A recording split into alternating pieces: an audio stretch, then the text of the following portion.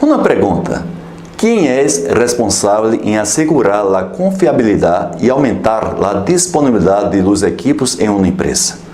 A resposta encontrada na prática dentro das empresas é que o setor de mantenimento é o único responsável por o desempenho da equipe.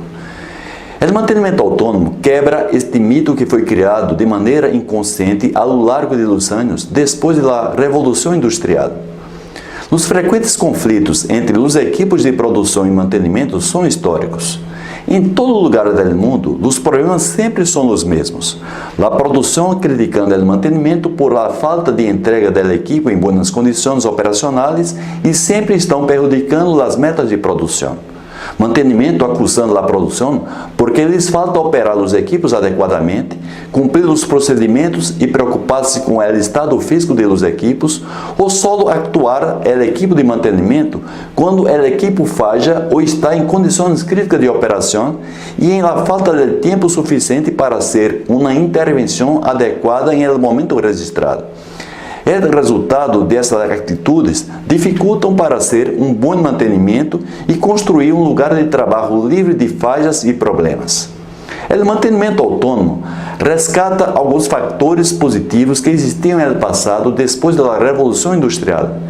Em aquela época, os equipos eram robustos e sem muita complexidade em seus elementos. Havia poucos instrumentos de monitoreio e os fatores de risco à segurança eram altos.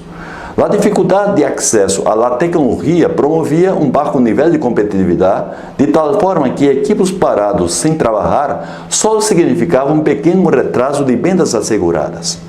A política de mantenimento adotada era o corretivo, e as pessoas que faziam o mantenimento eram os próprios operadores.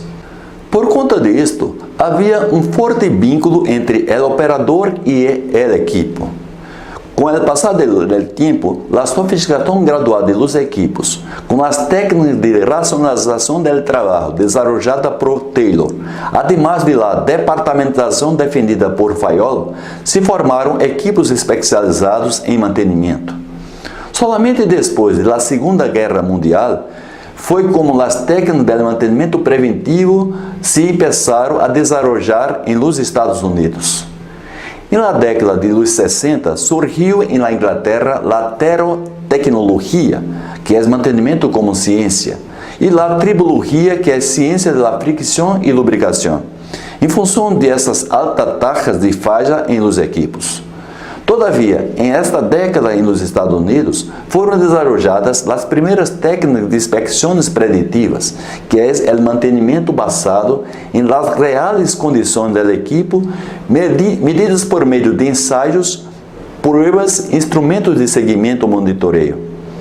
Nos anos 70, surge o conceito de mantenimento centrado em confiabilidade, chamado mundialmente de RMC, que se fundamenta em interferir em equipes utilizando a estatística estimativa a partir da vida útil do tempo entre as falhas, do nível de desgaste e da importância da equipe com respeito aos aspectos de segurança, de meio ambiente, perdas de produção e custos também para a correção do problema. Reconocidamente, esta evolução foi positiva e imprescindível para assegurar níveis de produção compatíveis com os custos. Pero, o operador foi estimulado gradual e inconscientemente para preocupar-se solo em produzir, perdendo a sensibilidade para cuidar da equipe, uma vez que isto não é parte de sua competência e rotina. O mantenimento autônomo visa resgatar esta sensibilidade do operador com respeito à equipe que opera, começando a sentir-se dueño. Para isto, o pilar de mantenimento autônomo é desenvolvido em 7 etapas. A etapa 1 é a limpeza inicial.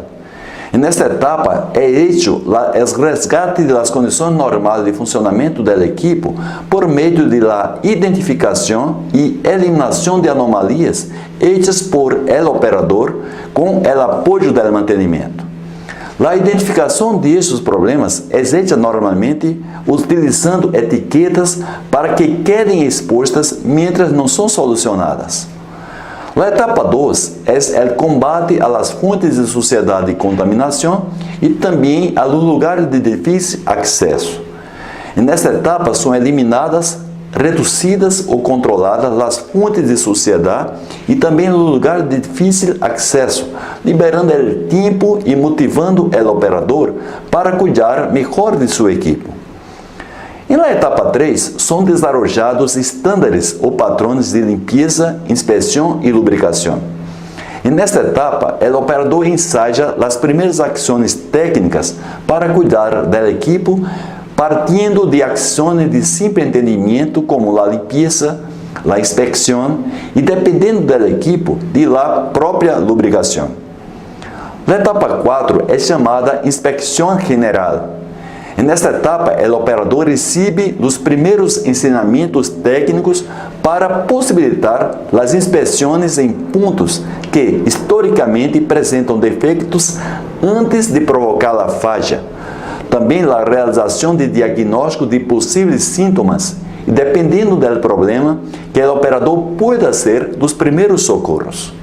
Para tal, a equipe de mantenimento prepara os procedimentos em forma de leções de ponto único e também ensina essas leções para o operador.